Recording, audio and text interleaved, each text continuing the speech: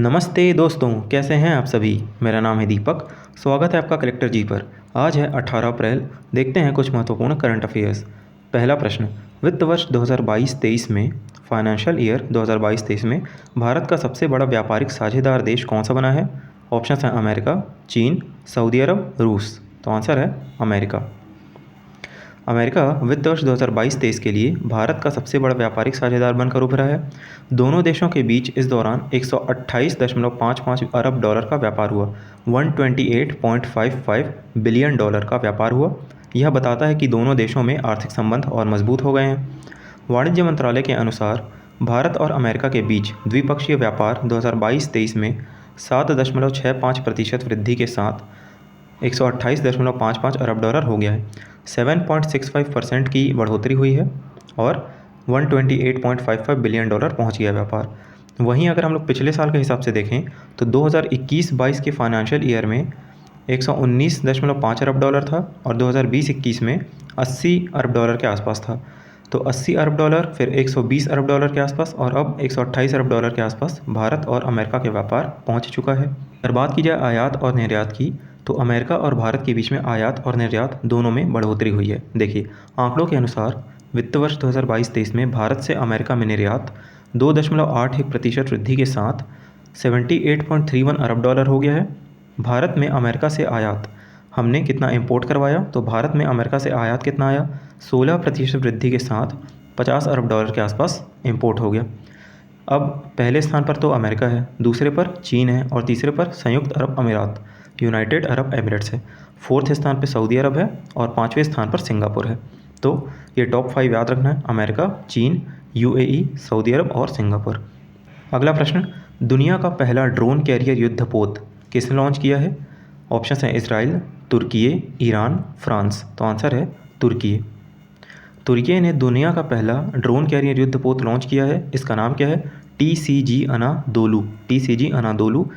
इसका नाम किस पर पड़ा है, तो अनातोलिया के प्रायद्वीप के नाम पर। तुर्की में जो अनातोलिया का प्रायद्वीप है उस पर इसका नाम पड़ा है अनादोलू, TCG अनादोलू। इस युद्धपोत की लंबाई 231 मीटर है। इस युद्धपोत का उद्देश्य तुर्की सशस्त्र बलों की विभिन्न आवश्यकताओं को पूरा करना है, जैसे तुर्की नौसेना के लिए एक कमांड सेंटर बनना और प्रमुख के रूप में कार्य करते हुए लंबी दूरी की सैन्य लड़ाई या मानव राहत संचालन को बनाए रखना। चलिए आगे देखते हैं। अगला प्रश्न, फेमिना मिस इंडिया 2023 का खिताब किसने जीता है। ऑप्शन हैं नंदिनी गुप्ता, श्रेया पूजा, स्ट्रेला लुवंग, माहिरा खान। तो आंसर है नंदिनी गुप्ता। नंदिनी गुप्ता फर्स्ट रही है। फर्स्ट रनर अप मतलब कि सेकंड रैंक रहा श्रेया पूजा का। सेकंड रनर अप यानी कि थर्ड रही स्ट्रेला लुवंग। राजस्थान की रहने वाली नंदिनी गुप्ता ने फेमिना मिस इंडिया 2023 का खिताब जीता।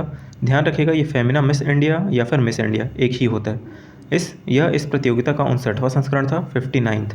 नंदिनी भारत को 71वीं मिस वर्ल्ड प्रतियोगिता में देश का प्रतिनिधित्व करेंगी। अब क्योंकि ये मिस इंडिया जीत चुकी हैं, इसीलिए अब ये 71वीं मिस वर्ल्ड प्रतियोगिता का रिप्रेजेंटेशन करेंगी, भारत की ओर से प्रतिनिधित्व करेंगी, जो संयुक्त अरब अमीरात में होगी। यूएई में होने वाली मिस वर्ल्ड की प्रतियोगिता। देखिए, मिस इंडिया के बारे में अगर देखें तो मिस इंडिया या फिर फेमिना मिस इंडिया दोनों एक ही है। भारत का राष्ट्रीय सौंदर्यता प्रतियोगिता है, ब्यूटी पेजेंट है, जो वर्ष में एक बार दिया जाता है। इसमें विजेता बनने के बाद विजेता को अंतर्राष्ट्रीय सौंदर्य प्रतियोगिता में भाग लेने की अनुमति दी जाती है।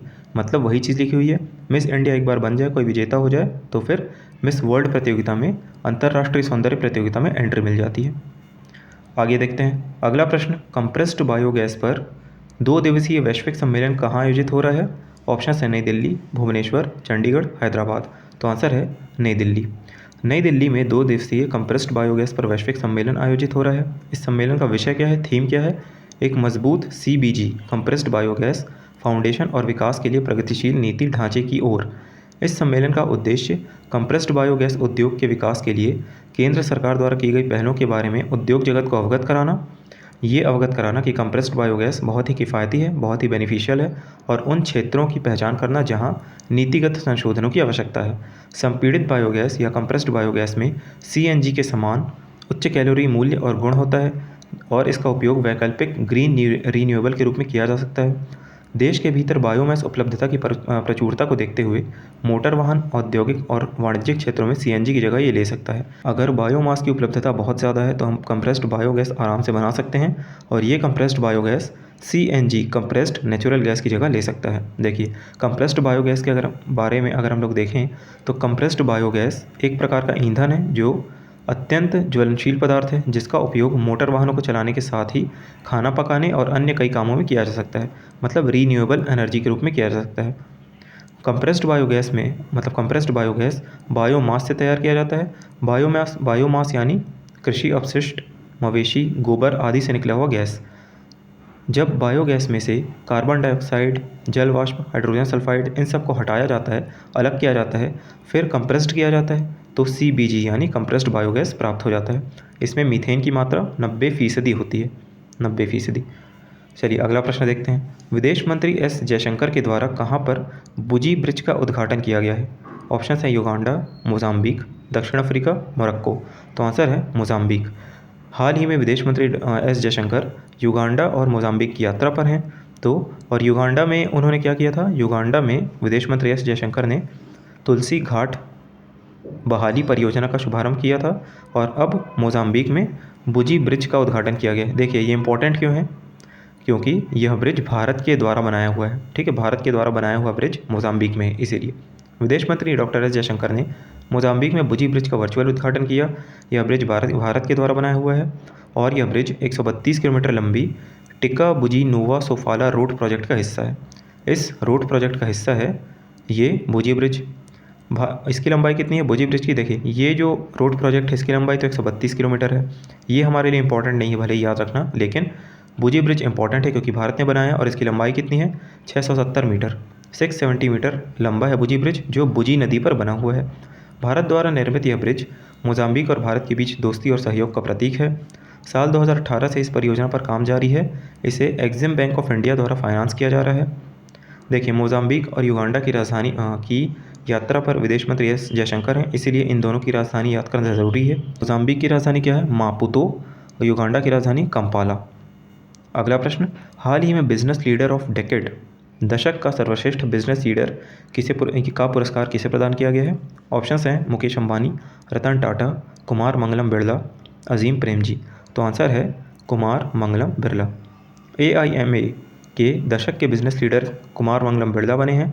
भारत के उच्च प्रदर्शन वाले प्रबंध नेताओं और संस्थानों को राष्ट्र निर्माण में उनके योगदान के लिए 13वें AIMA मैनेजिंग इंडिया अवार्ड्स प्रदान किए गए। आदित्य बिरला समूह के अध्यक्ष कुमार मंगलम बिरला ने अखिल भारतीय प्रबंधन संघ AIMA अखिल भारतीय प्रबंधन संघ के 13वें प्रबंध भारत पुरस्कार समारोह में प्रतिष्ठित बिजनेस लीडर ऑफ डेकेड पुरस्कार जीता। कुमार मंगलम बिरला ने पिछले दशक में भारतीय उद्योग में अपने योगदान के लिए पुरस्कार जीता है। तो business leader of decade Kumar Mangalam Birla बने हैं, ये हम लोग को याद रखना है। अगला प्रश्न, हाल ही में कम्बम अंगूर को GI टैग मिला है, भौगोलिक संकेतक टैग। यह किस राज्य से संबंधित है?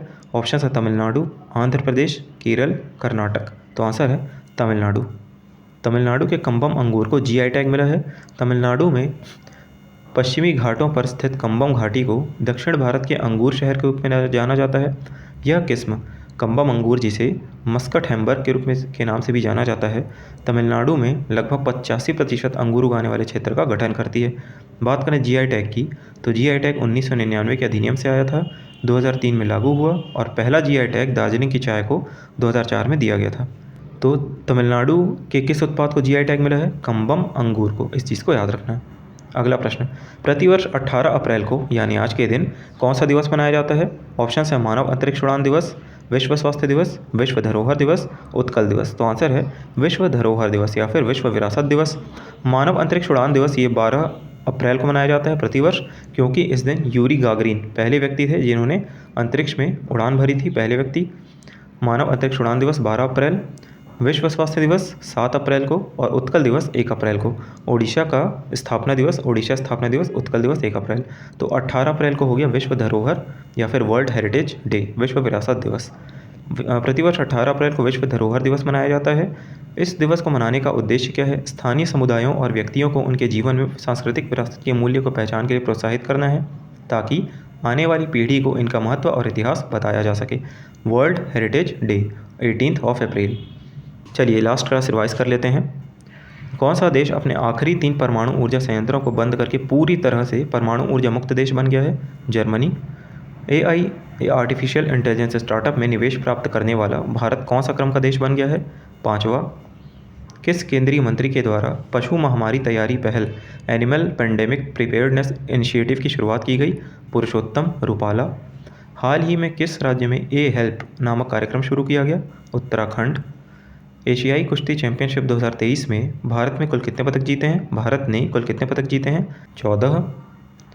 हाल ही में जारी दुनिया के सबसे आपराधिक देशों की सूची में भारत की रैंकिंग क्या है? 77।